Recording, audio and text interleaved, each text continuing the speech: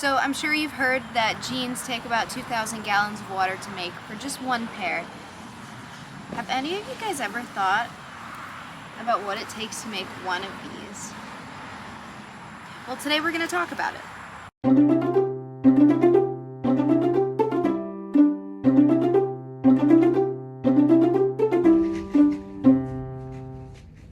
Hi everybody, welcome to my YouTube channel. Welcome back to my YouTube channel. If you're new here, my name's Olivia. I usually make videos about sewing, gardening, natural medicine, things like that. Today's video is going to be explaining something that's hopefully going to benefit the planet. I have been doing some journalism, some investigating, if you will, research. So I'm sure many of you know that jeans are not very good for the environment. It has to do with the way that they make them, the fact that one pair of jeans uses 2,000 gallons of water just to make a pair, the carbon that it emits, and I mean, there's already so many videos out there about why jeans are not good for the environment. But that got me thinking. There are a lot of people in the military. In the Army, the Navy, the Marines, Coast Guard, Air Force, Space Force. And everybody gets issued 4 uniforms. At least 4 to 6. Alright, so first what we're going to do is we're going to break down how many people are in the military.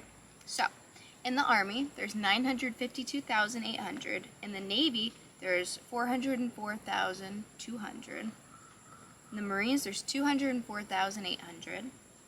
In the Air Force, there's 502,300. In the Space Force, there's 9,400. And in the Coast Guard, there's 49,500. So in the United States military, there's 2,118,000 military members. So if 2 million people were given at least a minimum of 4 uniforms, and let's say that they went through their 3 to 4 year contract with just 4 uniforms, that's 8 million uniforms in circulation. Now let's take it a little further. From 2023 data collection, there were 18.3 million veterans alive. How many uniforms do you think that is? That's 73 million uniforms. 73 million. So anyways, if there's 2 million service members, that's about 8.5 million uniforms in rotation, which could equal 17 billion gallons of water, plus chemical and carbon emissions. But it's something that's not really talked about. I got a mosquito bite. Okay, so now we're going to talk about carbon emissions. What are carbon emissions? So naturally, the sun emits solar radiation, and a bit of that gets trapped in the atmosphere, and that's what warms the planet. Most of it escapes into space though. But because of human-emitted greenhouse gases, there's a lot of excess, and this heat is getting trapped by the gases, causing global warming. So basically, carbon emissions is the carbon dioxide being emitted from human activity. So creating a pair of jeans, creating a military uniform, using AI, burning a fire, stuff like that. Now for the part, why should I care? It doesn't directly affect me. Well, you're going to care when it does affect you because it's going to affect everybody and everything on Earth. Global warming is going to cause climate change. So the weather pattern is changing. People have been noticing a lot stronger, more long-lasting storms. Places are becoming drier. For example, California, that already has fires normally, you're going to see a lot more fires. Florida hurricanes are going to hit a lot harder and a lot stronger because of the heat. There's going to be flooding because with the heat on the Earth, it's getting trapped in the ocean. And when the ocean gets hot, it expands, causing everything to rise. It keeps getting hotter and hotter. Animals are dying and going extinct, and eventually we, as the human population, the human species, we're going to go extinct too. But it's not just hot weather. You're like, oh, I could deal with some hot weather. It's not just hot weather. It's heat waves. It's stronger storms. Storms that will destroy your house, your grandma's house, your mom's house. It's animals, species going extinct. The food chain, their habitats, everything's getting destroyed. We're going to see longer droughts, water rising, causing land to be lost. I think, what is it, like Paris or France? Somewhere very close to the water, Florida. Everything is rising. You're going to see less land And especially during storms, hurricanes, we're going to get a lot more flooding. And eventually we're going to go extinct. The Earth is always going to be here. We're not going to jump on a spaceship to Mars and live on Mars and watch Earth burn behind us. No, that's not going to happen. We're going to be extinct. Maybe the richest of the rich will get to see that happen, but a normal person, you and me, we're not going to see that. We're going to go extinct. Okay, so that was talking about the carbon emissions. Now we're going to go into the chemicals. So let's talk about the uniform. So each uniform is made of synthetic blends. It has toxic chemicals in it, and it uses about 2,000 gallons of water just to make one uniform. What sucks is, according to AR 670-1, if your uniform is no longer wearable, if it has a stain, like let's say you washed it with a marker in your pocket, or if it's ripped because you were crawling across rocks, or if it's ripped, sun faded, or stained, you can't wear it. You gotta get rid of it. So let's say you wear your uniform for the last time. Your higher up is like, you can't wear that uniform anymore. There's a big tear on the side. It's stained. It looks terrible. You gotta throw it away. It's time to retire that uniform. I'm sure you've heard that before. I've heard it before. It's time to retire that uniform. Throw it in the trash. So you throw it in the trash. Now what happens? You don't know. You don't care. You just threw it in the trash. It doesn't matter to you. You just threw it in the trash. Let's think. Where does it go? It gets taken to a landfill where it sits and sits and sits. It gets rained on. So this is how I'm imagining it as I'm talking. It gets rained on. The water is now dripping chemicals from the uniform, the chemicals that we explained before. Chemicals are dripping into the ocean, rivers, soil that you're gonna plant your tomatoes in, if you get where I'm going with that. And then you're gonna eat those tomatoes and those forever chemicals, right? Imagine you like to eat a good fish. That fisherman, he's fishing in an ocean that these chemicals are dripping into. And that fish lives in the chemicals, so of course, oh, and it also eats plastics and stuff, but that's another topic. So now you're eating chemicals and plastic straight from a fish. So now we're gonna talk about the health risks from eating food and drinking water that was near these chemicals that could be from your uniform. So the chemicals in your uniform are known to cause thyroid disorders, kidney and testicular cancer, liver damage, high cholesterol, ulcerative colitis, immune suppression, reduced vaccine response, reproductive issues such as infertility, low birth weight, pregnancy-induced hypertension, developmental delays in children, obesity and metabolic issues, possible neurological effects such as ADHD and neurodevelopment delays. From the flame retardant specifically, you have hormone disruption, neurotoxicity, especially in children, cognitive deficiencies, behavioral issues such as hyperactivity and anxiety, cancer, thyroid, liver, breast, infertility and sperm damage, immune suppression, birth defects, and miscarriage. Now from the dyes in the uniform, you have allergic reactions, skin dermatitis, respiratory irritation, carcinogenic effects, especially bladder cancer, liver and kidney toxicity, DNA mutations, gut microbiome imbalance, skin irritation, chemical burns, potential developmental toxicity. And then a basic summary of all of the health issues wrapped up into one: multiple cancers, hormonal disorders, developmental reproductive harm, neurological damage, immune and gut health issues, liver, kidney, and respiratory problems. And these substances can persist in the body and environment for years, especially PFAS, the forever chemicals. They're here forever. So that got me thinking, everybody in the military has to wear the uniform every single day. And the VA will still turn around on you and be like, yeah, denied. Our uniforms don't cause any of these issues. You've never experienced chemicals a day in your life in the military. no. You touch chemicals in the military the day you get issued uniforms. How could you say that it's not service related when it's totally service related?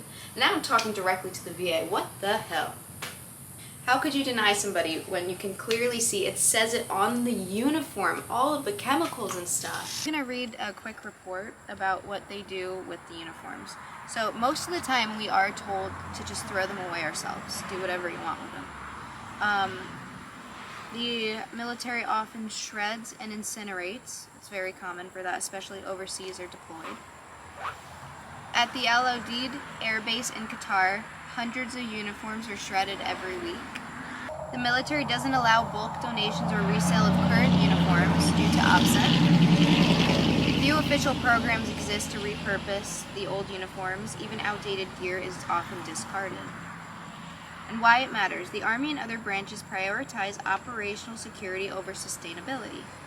We gotta figure out something that we can do to reuse these uniforms.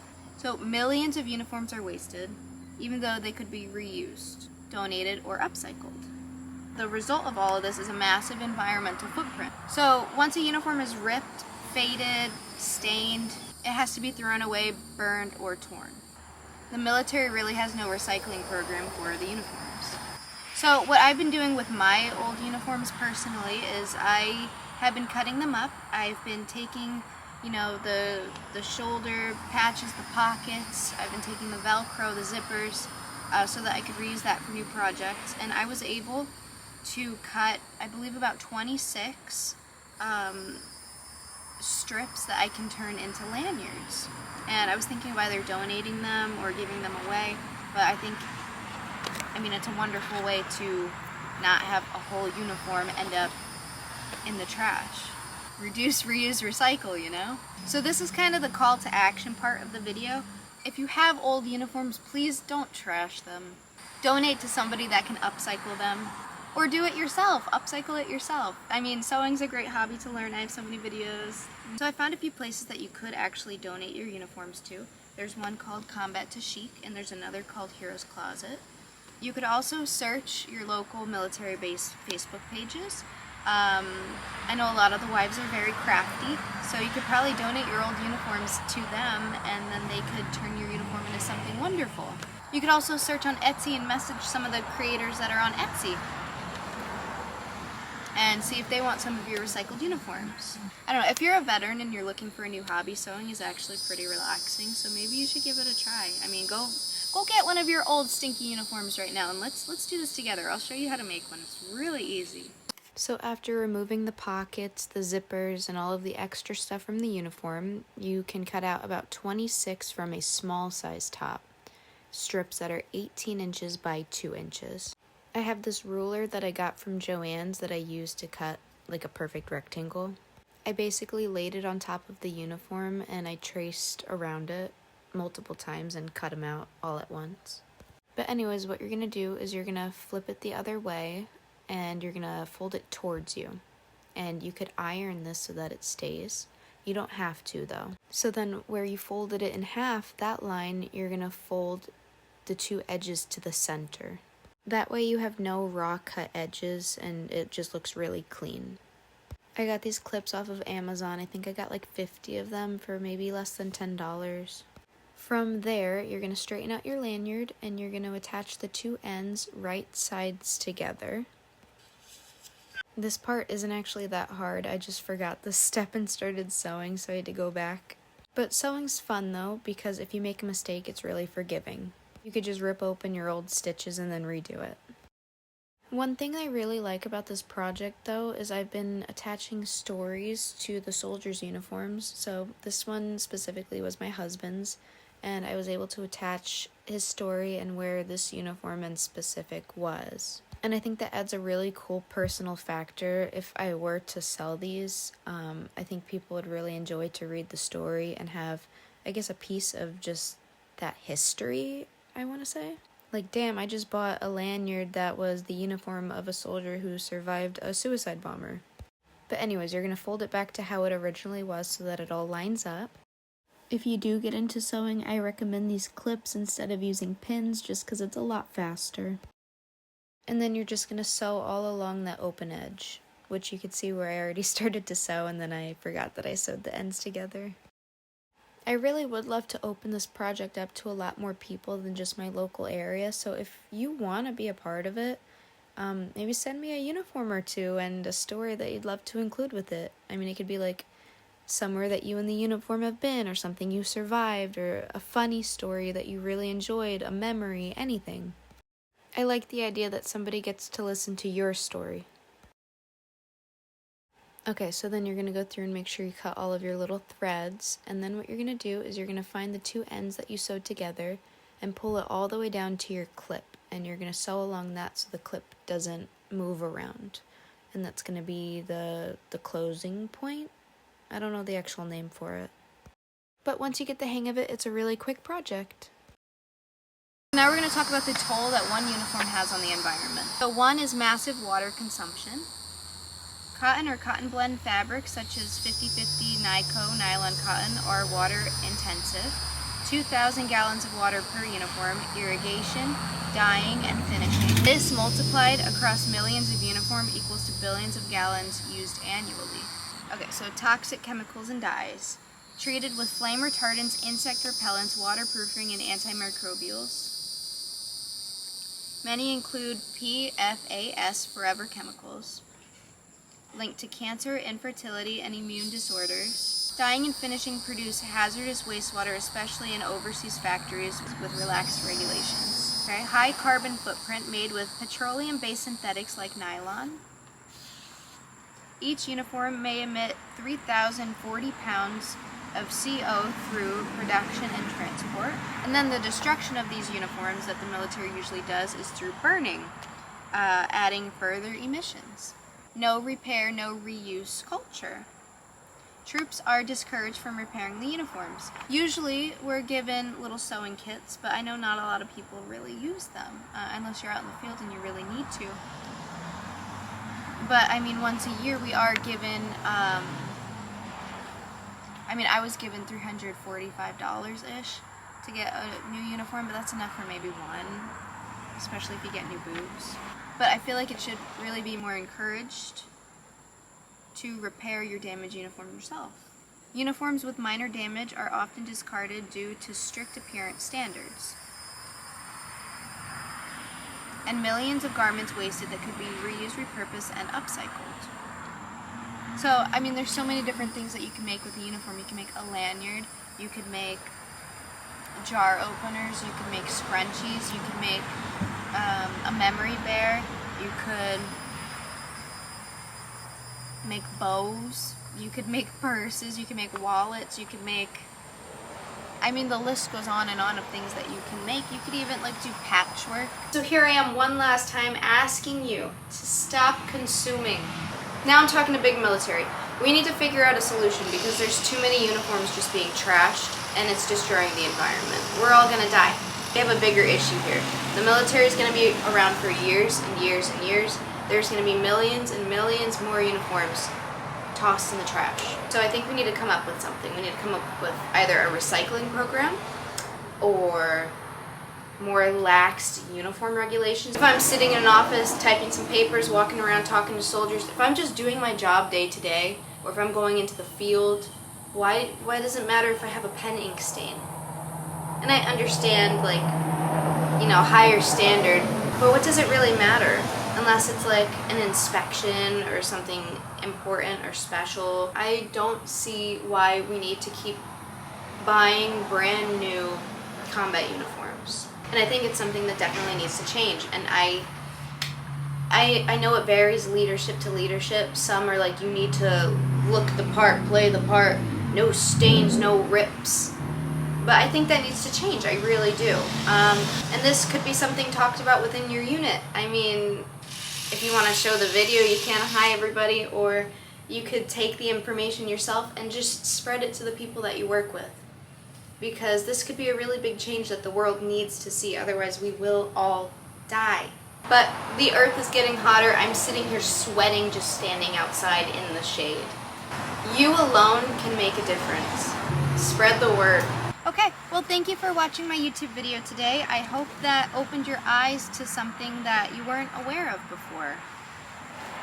Maybe we could think of a way together to find a solution to this problem, because that's a lot of uniforms. Thank you for watching.